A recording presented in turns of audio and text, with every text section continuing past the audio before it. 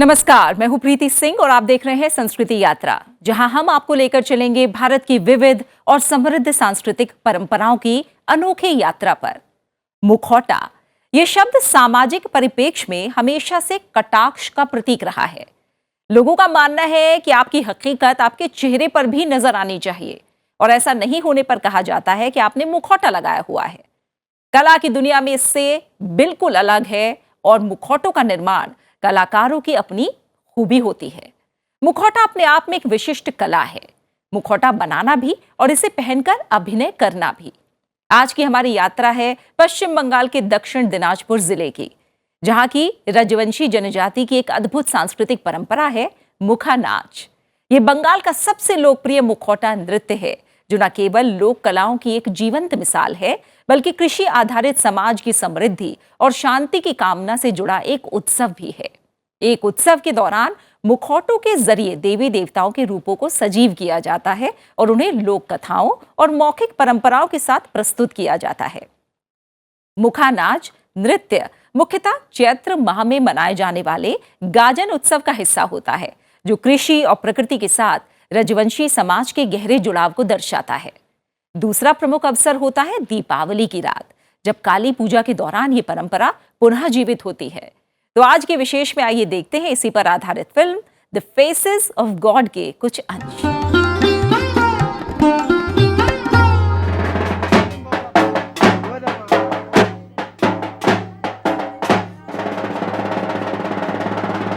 The South Dinajpur district of West Bengal is an area largely populated by tribals. Prominent among them are the Rajbanshis. A unique cultural feature of this tribe is Mukha Naach, or the mask dance, celebrated during the annual Gajon festival.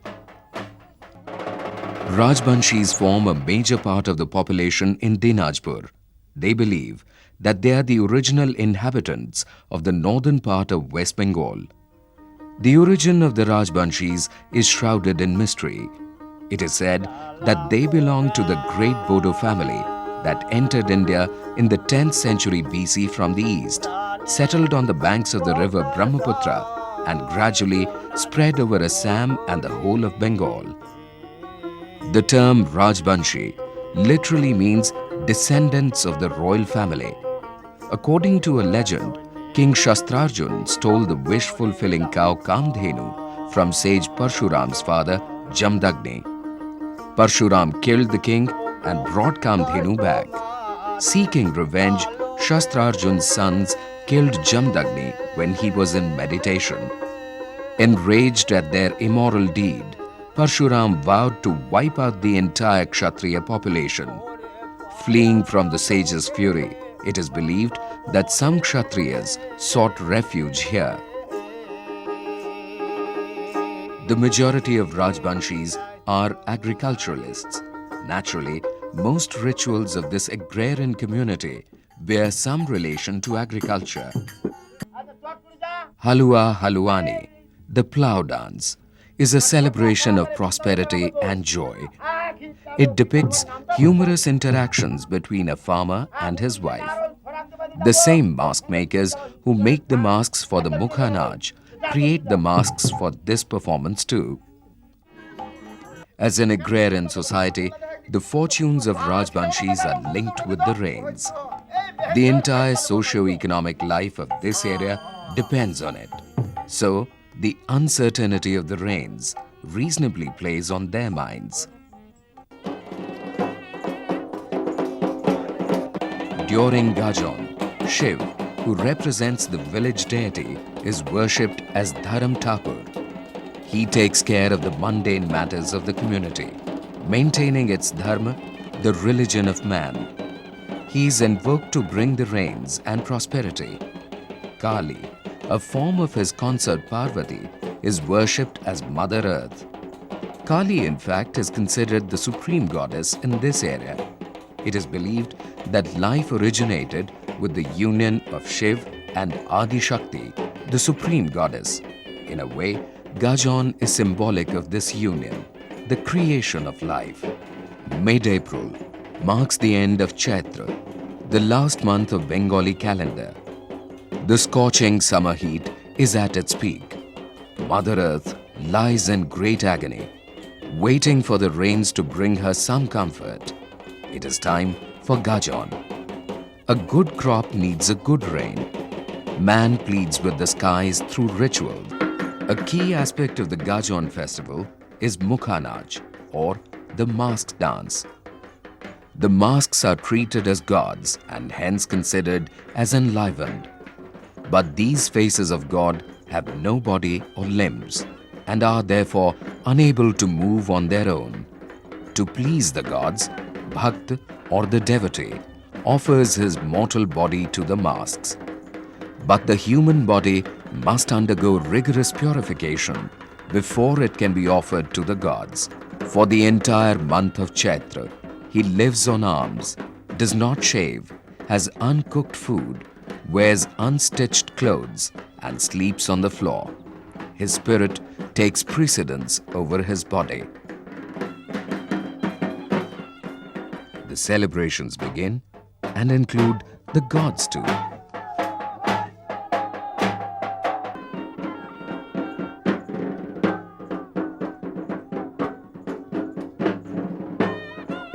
Bhaktas perform wearing masks or makeup.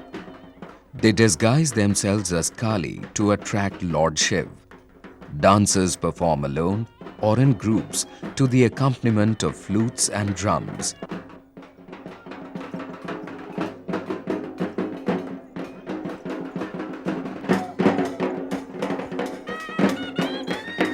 This performance is taking place in the village of Ushaharan. A dialogue unfolds between God and man. While man reports his agonies and sorrows, the living God takes care of the well-being of the community. He listens to the woes, dispenses justice, and reacts on contemporary social issues as well. He advises people, and every word is held sacred. This is a purely spiritual experience, a direct contact between the deity and the devotee.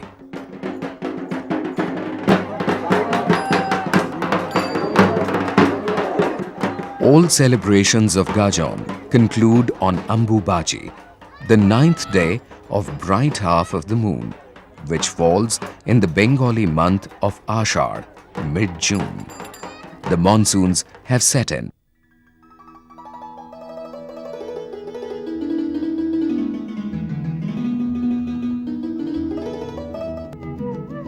The man who was God returns to the mundane world.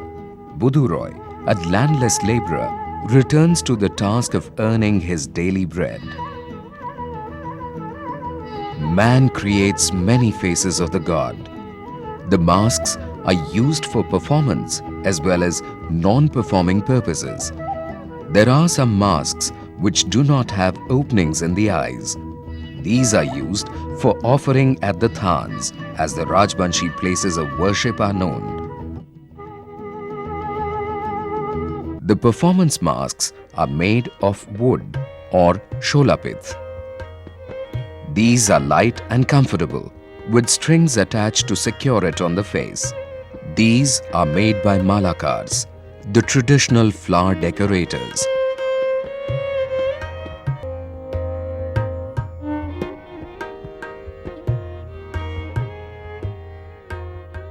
Sholapith chips are shaped over a clay die and pasted using tamarind seed gum. The mask is reinforced with a thin cloth. The artisan then uses natural dyes to paint the iconographic motifs of Goddess Kali in black and Goddess Chamunda in red, and adds Sholapith feathers.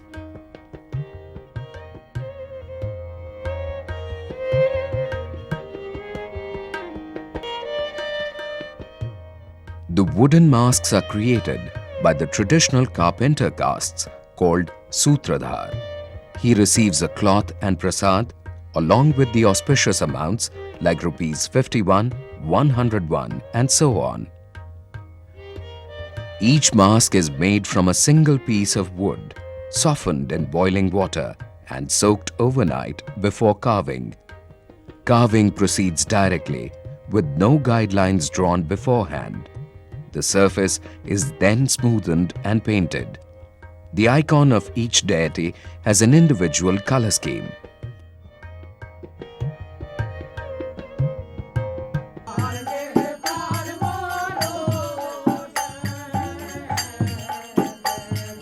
The sun changes its trajectory.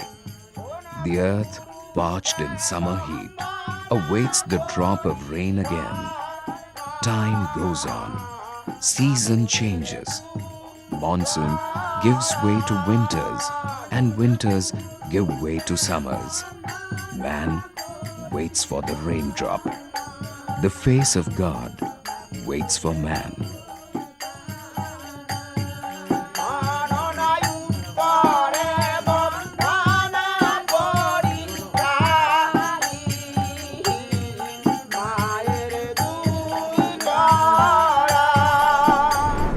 अभी आपने देखा the faces of God, मुखा नाच के मुखौटों की लोक गाथाएं।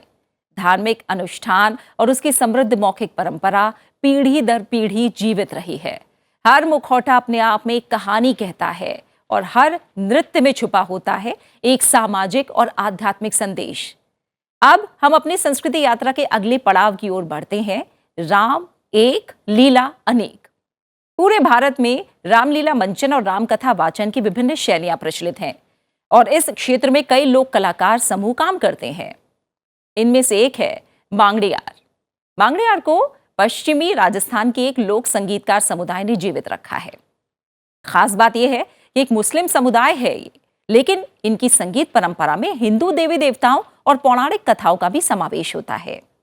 मांगड़ियार कथा वाचन और गीतों के माध्यम से भगवान राम के आदर्श चरित्र को जन जन तक पहुंचाते हैं। इसके लिए रामचरितमानस की कथा को माध्यम बनाते हैं। तो आइए अब हम सुनते हैं राम एक लीला अनेक में राजस्थानी मांगड़ियार द्वारा प्रस्तुत राम कथा के कुछ अंश।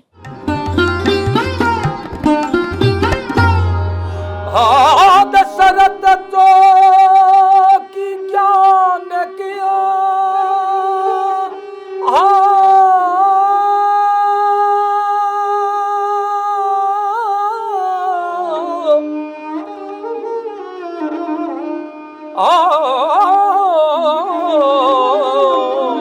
सरवण पानी भरे हो मामा तो भानी जाओ उनके हाथ मरे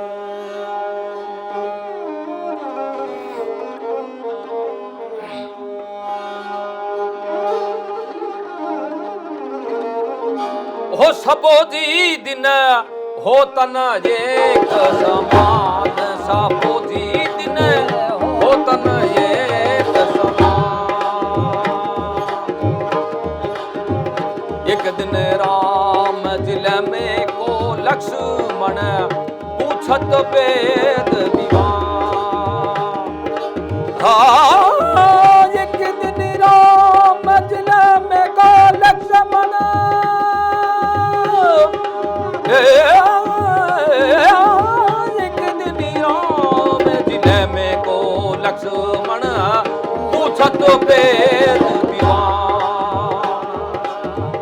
एक दिन पांचवटी के मानी, एक दिन पंचवटी के मानी।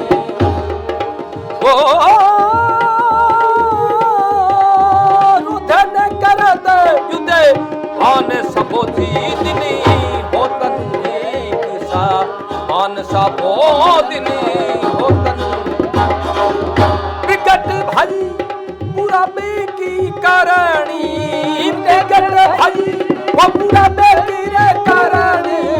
तन मन सोच अज्ञान सबोधी दिनी होतन एक समान, सबोधी दिनी होतन एक समान।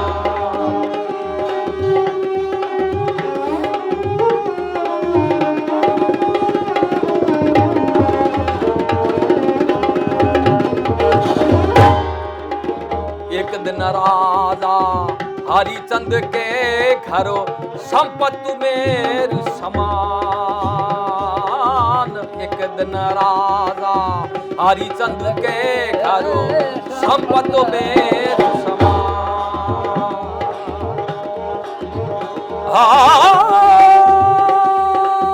एक दिन भले सुपी घर तारे,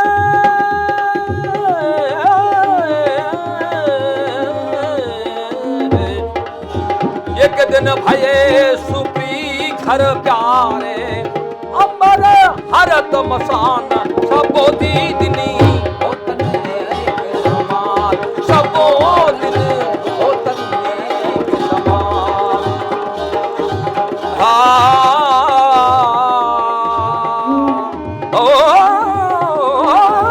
प्रगट भरी हो पूरा बेतिरे करणी, तन मन सोच अज्ञान सबो दीदनी होतन एक समान। सबो दिन होतन एक समान। दस शीश भुजा विष रावण के लंका का सिंदारा। एक दिन राजा रावण करे घरी विष भुजा दशराम। एक दिन काल ही मृग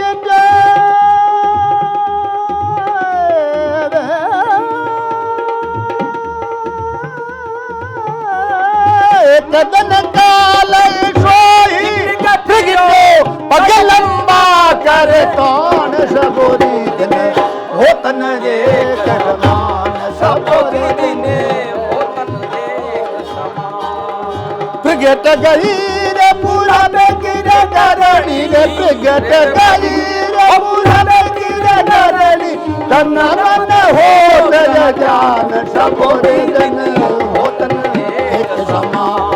सबोरी दिन होतन एक समान। जिन दिन मात उधर मई आयो लिखी लाभ और मात उधर मोहि आयो रे लुखी लाभ और सूरदास कहत है जतन, सूरज के प्रभु धन सब झूठा, सूरज ज्ञान प्रमाण विद्यान प्रमाण। सबो दिन होतन एक समान। सबो दिन होतन एक समान। प्रगट भई पूरा बेतिरे करणी, प्रगट भई पूरा बेतिरे करणी, तन मन सोच अज्ञान सबो दिन होतन एक समान। सबो दिन होतन एक। अभी आपने राजस्थानी लोक कलाकारों द्वारा राम भजन और लोक रामायण को सुना। अब आगे बढ़ेंगे अपने अगले पड़ाव माटी सुगंध की ओर। भारत की ग्रामीण धरोहर के संरक्षण के लिए संस्कृति मंत्रालय एक विस्तृत परियोजना चला रहा है जिसका नाम है मेरा गांव मेरी धरोहर। इसी प्रयास की एक झलक देखने के लिए आज हम लेकर आपको चल रहे हैं बिहार राज्य के गोपालगंज जिले में स्थित फतेहपुर गांव की ओर। फतेहपुर गांव मीरगंज के पास बसा हुआ एक समृद्ध गांव है। फतेहपुर का नाम यहाँ के बाबा फतेह दीवान दादा के नाम पर रखा गया। फतेहपुर गांव में बाबा फतेह दीवान दादा की मशहूर दरगाह मौजूद है और मान्यता यह है कि इस दरगाह पर आने वाले हर व्यक्ति की इच्छा पूरी होती है। इस वजह से श्रद्धालु दूर दूर से इस दरगाह पर चले आते हैं। गांव में बना दुर्गा मंदिर अपनी स्थापत्य कला के लिए मशहूर है। तो आइए चलते हैं फतेहपुर गांव की ओर।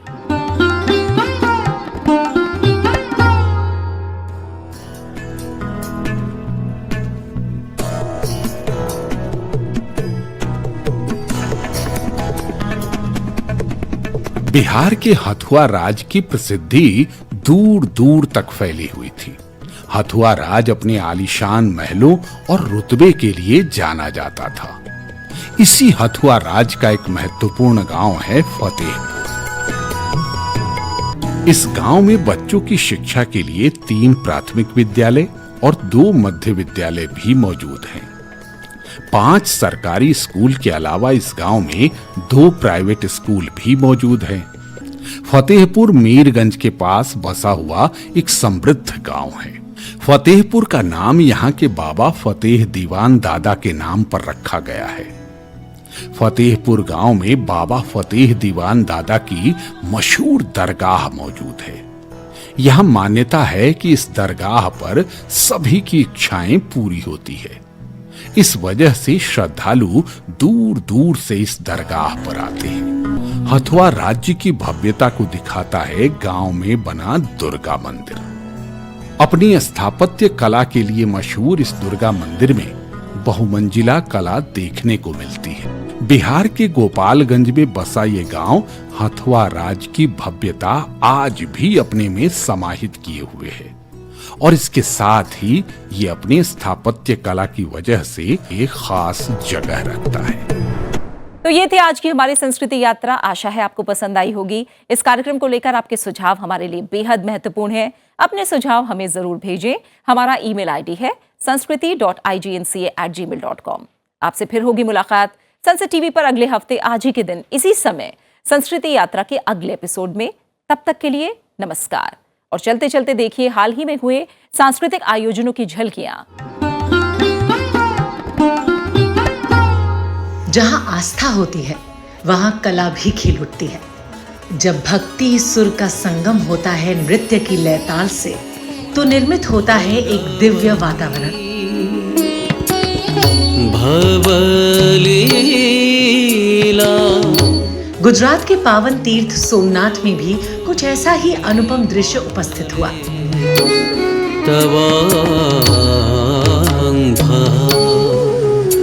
जब वंदे सोमनाथ कला महोत्सव के दूसरे चरण में एक बार फिर जीवंत हुई प्राचीन सांस्कृतिक परंपराएं। भरतनाट्यम की भाव भंगिमाएं हो, कथक की लयकारी हो या गुजरात के पारंपरिक लोक नृत्य हुडो और राहड़ा का ओज, इन्हें प्रस्तुत करने वाले हर कलाकार ने सोमनाथ महादेव के चरणों में अपनी कला को समर्पित किया। देश भर से आए दिग्गज कलाकारों ने इस महोत्सव को एक आध्यात्मिक अनुभव में बदल दिया और ये अनुभव तब और भी अनूठा हो गया जब हर कलाकार को श्री सोमनाथ ट्रस्ट द्वारा सम्मानित किया गया और प्रसाद स्वरूप महादेव का आशीर्वाद प्रदान किया गया। गौरतलब है कि श्रावण मास के प्रत्येक सोमवार को यह अनुष्ठान जारी रहेगा और देश भर के श्रेष्ठ कलाकार कला के माध्यम से महादेव को अपनी श्रद्धा अर्पित करेंगे। वंदे सोमनाथ केवल एक सांस्कृतिक महोत्सव नहीं, बल्कि भारत की सनातन परंपरा, कला और आस्था का एक जीवंत प्रमाण है। नई दिल्ली स्थित इंदिरा गांधी राष्ट्रीय कला केंद्र के मुख्यालय में एक अद्वितीय प्रदर्शनी आयोजित हुई, जो प्रदर्शनी भगवान जगन्नाथ के पवित्र अनुष्ठान नव कलेबर पर आधारित थी। भगवान जगन्नाथ का नव कलेबर हर 12 या 19 वर्ष पर होता है, जब हिंदू कैलेंडर में 2 आषाढ़ मास आते हैं। इसे अधिक मास या पुरुषोत्तम मास भी कहा जाता है। इस विशेष प्रदर्शनी का उद्घाटन आईजीएनसीए के सदस्य सचिव डॉक्टर सच्चिदानंद जोशी ने किया। नव कलेबर की ये जो परंपरा है, ये बहुत प्रसिद्ध और प्राचीन परंपरा है जो भगवान श्री जगन्नाथ जी से जुड़ी है। पुरी के श्री जगन्नाथ मंदिर में हर 19 वर्ष में नव कलेबर ये उत्सव, ये पर्व होता है और इस पूरी की पूरी लकड़ी चुनने की, इस पूरी की पूरी वृक्ष को चुनने की प्रक्रिया क्या है, इसका विवरण नव कलेबर की पूरी संहिता में मिलता है। सन 1996 में नव कलेबर हुआ था, उसके बाद सन 2015 में नव कलेबर हुआ। उसी पर आधारित नव कलेबर की ये प्रदर्शनी इंदिरा गांधी राष्ट्रीय कला केंद्र में लगाई गई है। जो लोग भगवान श्री जगन्नाथ के बारे में तो जानते हैं, लेकिन नव कलेबर की परंपरा के बारे में नहीं जानते, उनके लिए ये पूरी की पूरी प्रदर्शनी बहुत अधिक ज्ञानवर्धक भी है और बहुत सारी नई जानकारियाँ उनको इस प्रदर्शनी के माध्यम से मिलेंगी। वहीं प्रख्यात चिंतक और शिक्षाविद सुरेश सोनी ने प्रदर्शनी का अवलोकन किया। इस अवसर पर आईजीएनसीए की निदेशक प्रशासन डॉक्टर प्रियंका मिश्रा भी मौजूद रहीं। प्रदर्शनी में भगवान जगन्नाथ से जुड़ी परंपराओं, अनुष्ठानों और ओडिशा की समृद्ध सांस्कृतिक विरासत को बेहद आकर्षक ढंग से प्रस्तुत किया गया। प्रदर्शनी का आयोजन आईजीएनसीए के बृहत्तर भारत और क्षेत्रीय अध्ययन प्रभाग द्वारा किया गया। इस प्रदर्शनी का उद्देश्य हमारी प्राचीन धार्मिक परंपराओं को नई पीढ़ी तक पहुंचाना है। पटना में आयोजित एक विशेष कार्यक्रम के दौरान आईजीएनसीए और बिहार सरकार के पुरातत्व निदेशालय के बीच एमओयू साइन हुआ। इस समझौते का उद्देश्य है बिहार की ऐतिहासिक धरोहरों पर गहन शोध कार्य और उनका संरक्षण और दस्तावेजीकरण। कार्यक्रम में बिहार सरकार के कला, संस्कृति और युवा विभाग के मंत्री श्री मोतीलाल प्रसाद मुख्य अतिथि के रूप में उपस्थित रहे। उनके साथ कई प्रमुख अधिकारी और विशेषज्ञ भी शामिल हुए। ये समझौता बिहार की समृद्ध सांस्कृतिक विरासत को संरक्षित करने के साथ साथ युवाओं को इसके अध्ययन और संवर्धन से जोड़ने की दिशा में एक मील का पत्थर साबित होगा। अनुसूचित जनजातियों से जुड़े शोध और मुद्दों पर सहयोग के लिए इंदिरा गांधी राष्ट्रीय कला केंद्र और नई दिल्ली स्थित tribal research and knowledge centre के बीच एक महत्वपूर्ण समझौता ज्ञापन हुआ। ये एमओयू आईजीएनसीए के सदस्य सचिव डॉक्टर सच्चिदानंद जोशी और राष्ट्रीय अनुसूचित जनजाति आयोग के पूर्व अध्यक्ष श्री हर्ष चौहान की अध्यक्षता में संपन्न हुआ। इस अवसर पर आईजीएनसीए के जनपद संपदा प्रभाग के अध्यक्ष प्रोफेसर के अनिल कुमार सहित आईजीएनसीए के कई संकाय सदस्य और शोधार्थी उपस्थित रहे। दिल्ली में आयोजित ज्ञान भारतम हितधारक परामर्श बैठक के समापन सत्र में आईजीएनसीए के सदस्य सचिव डॉक्टर सच्चिदानंद जोशी ने an Indic vision of manuscript diplomacy विषय पर संबोधन किया। उन्होंने भारत की प्राचीन ज्ञान परंपरा और पांडुलिपियों की वैश्विक प्रासंगिकता पर प्रकाश डाला।